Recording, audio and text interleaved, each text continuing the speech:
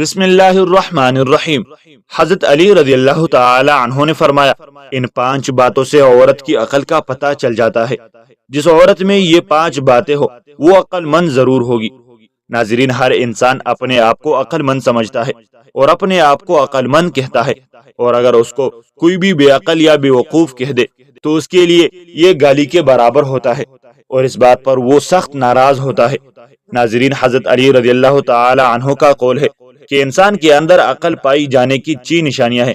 عقل رکھنے والا شخص غصے کے وقت بردباری کا مظاہرہ کرتا ہے، خوف کے وقت صبر کرتا ہے، مالداری کے وقت میانہ روئی سے کام لیتا ہے، ہر حال میں تقوی اختیار کرتا ہے، صلہ رحمی کرتا ہے اور لڑائی جھگڑے سے اجتناب کرتا ہے۔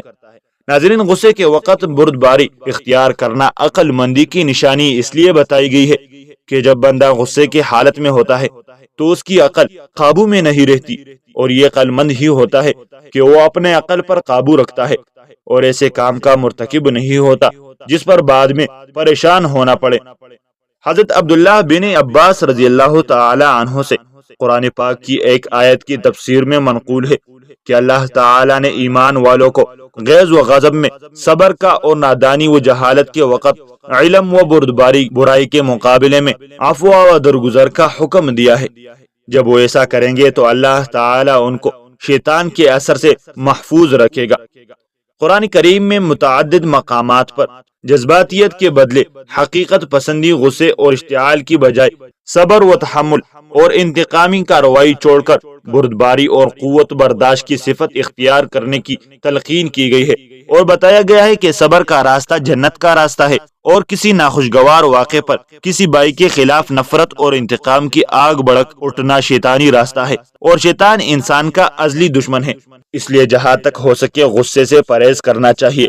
حضرت ابو ہریرہ رضی اللہ تعالی عنہ سے روایت ہے کہ ایک شخص نے رسول اللہ صلی اللہ علیہ وسلم سے عرض کیا، یا رسول اللہ صلی اللہ علیہ وسلم، آپ مجھے کوئی وصیت فرمائے جس پر میں عمر بھر کار بند رہوں۔ آپ صلی اللہ علیہ وسلم نے فرمایا، غصہ کبھی مت کرنا۔ دوسری نشانی یہ بتلائی کہ خوف کے وقت صبر کا مظاہرہ کرے، جیسا کہ سورہ بقرہ میں ارشاد خداوندی ہے، اور ہم ضرور تمہیں خوف و خطر، فاقہ کشی، جان و مال کے نقصانات اور آمدنیوں کے گھاٹے میں مبتلا کر کے تمہاری آزمائش کریں گے۔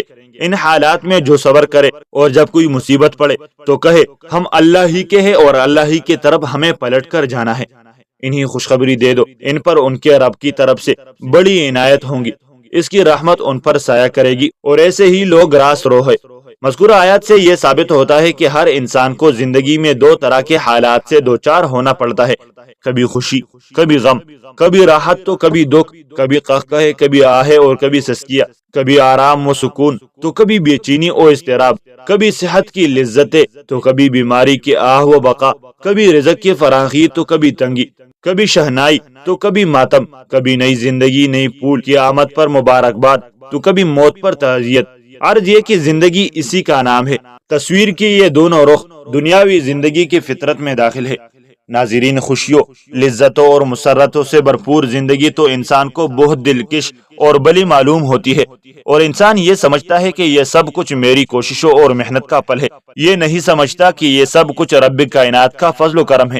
جب گردش زمانہ میں مصائب و آلام آتے ہیں تو انسان گھبرا اٹھتا ہے اور ان حالات سے خوف کھاتا ہے، اور انہی حالات میں عقل اور ایمان والوں کا امتحان ہوتا ہے، کیا وہ صبر کرتے ہیں یا پھر گلے شکوے اور واویلا کرتے ہیں۔ عقل والوں کی نشانی یہ ہے کہ وہ صبر کرتے ہیں۔ تیسری نشانی جو حضرت علی کرم اللہ وجہ کے قول کے مطابق ہے وہ یہ کہ عقل والے مالداری کے وقت میانہ روئی اختیار کرتے ہیں اور فضول خرچی سے بچتے ہیں۔ حضرت عبداللہ بن عباس رضی اللہ عنہ روایت کرتے ہیں، حضور اکرم صلی اللہ علیہ وسلم نے ارشاد فرمایا، درست رہنمائی، اچھی چال اور میانہ روئی نبوت کا جز ہے۔ ایک دوسری روایت میں حضرت حذیفہ بن عان رضی اللہ تعالی عنہ روایت کرتے ہیں، آپ صلی اللہ علیہ وسلم ارشاد فرماتے ہیں، دولت مندی میں میانہ روئی کتنی اچھی بات ہے، فقر و فاقہ میں اور عبادت میں درمیانی چال کتنی اچھی صفت ہے۔ ناظرین، یہ عقل مند کی نشانی ہے کہ جب اس پر فراوانی ہو تو وہ فضول خرچی نہ کرنے لگ جائے، بلکہ فراوانی میں بھی میانہ روئی اختیار کرے اور اللہ کا شکر گزار رہے، اور اگر مال و دولت میں کمی آ جائے تو صبر کا مظاہرہ کرے۔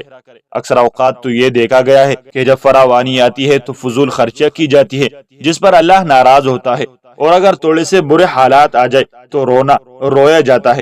ناظرین، چوتھی نشانی یہ بتائی کہ عقل والا ہر حال میں اللہ کا تقوی اختیار کرتا ہے۔ قرآن مجید میں تقوی کا ذکر بار بار آیا ہے۔ تقوی کو اردو میں ہم بچاؤ، ڈر، خوف خدا اور پرہیزگاری کے مفہوم سے جانتے ہیں، یعنی جب گناہوں سے بچنا، آخرت کے عذاب سے ڈرنا، اللہ تعالی کی خشیت اور اس کا خوف و تقوی کے مفہوم میں جمع ہو جاتے ہیں تو وہ جامع مفہوم وجود میں آتا ہے جس کے لیے ہم نے پرہیزگاری کی تعبیر اختیار کی ہے، اور یہ تقوی کی اس تصور کی اساس ہے جو ہمارے دین میں مطلوب ہے۔ ناظرین، یاد رہے کہ قرآن مجید نے تقوی کے لیے کوئی الگ وظائف بیان نہیں کی، بلکہ دین پر اس کے سارے تقاضے پورے کرتے ہوئے عمل کرنا ہی اللہ کے نزدیک تقوی ہے۔ اور حضرت علی رضی اللہ تعالی عنہ نے اپنے قول میں اس کے اختیار کرنے کو عقل مندی فرمایا ہے، یعنی جو تقوی اختیار کر لے وہ عقل مند ہے، اور جو تقوی اختیار نہ کرے، اللہ کی منشا والی زندگی بچائے، اپنی مرضی کی زندگی گزارے اور اللہ کو ناراض کرے، تو ایسا شخص بے عقل اور بے وقوف ہے، چاہے وہ اپنے آپ کو کتنا ہی عقل مند سمجھتا ہو۔ پانچویں نشانی عقل والوں کی یہ ہے کہ لوگوں سے صلہ رکھنے والا، یعنی صلہ رحمی کرنے والا ہو۔ اللہ اور اس کے رسول حضرت محمد مصطفیٰ صلی اللہ علیہ وسلم نے صلہ رحمی کی تاکید فرمائی اور قطع تعلق کرنے والوں کے لیے سخت وعید بیان کی ہے۔ انسان کو اللہ تعالی نے ایسی فطرت عطا کی ہے کہ وہ اکیلا نہیں رہ سکتا، بلکہ اس کو ایک معاشرے میں زندگی گزارنے کی ضرورت ہوتی ہے، اور معاشرے کے اندر وہ تب ہی کامیاب رہ سکتا ہے جب اپنے رشتہ داروں کے ساتھ صلہ رحمی کرے۔ اگر وہ ایسا نہیں کرے گا تو اس کا جینا محال ہو جائے گا۔ چھٹی نشانی جو عقل مند شخص کی بتائی گئی ہے وہ یہ ہے کہ ایک شخص لڑائی جھگڑے سے اجتناب کرتا ہے۔ اگر اس کو کوئی برا بلا بھی کہے تو برداشت کرتا ہے، بجائے اس کے کہ وہ بھی گالی کا جواب گالی سے دے اور بات آگے بڑھ کر جھگڑے تک پہنچے۔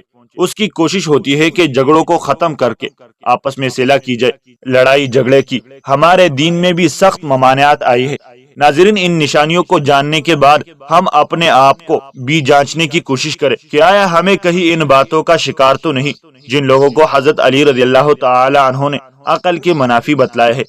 ناظرین، اب آپ کو آخر میں ایسی 6 باتیں بتاتے ہیں جن باتوں کے بغیر مومن کو کوئی چارہ کار نہیں، اور اس کو ان کی تلاش میں رہنا چاہیے۔ اول، ایسا علم جو آخرت کے معاملے میں اس کی رہنمائی کرے۔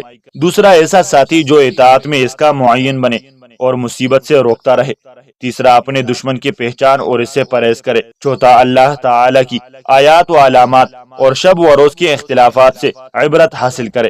پانچویں، مخلوق سے انصاف قائم رکھنا کہ کل قیامت کے دن وہ مدعی نہ بن جائے۔ چھٹا، موت سے قبل اس کی تیاری کرنا کہ قیامت کے دن رسوائی نہ ہو۔ اللہ تعالی ہمیں زندگی میں آسانیاں عطا فرمائے اور آسانیاں تقسیم کرنے کی توفیق عطا فرمائے۔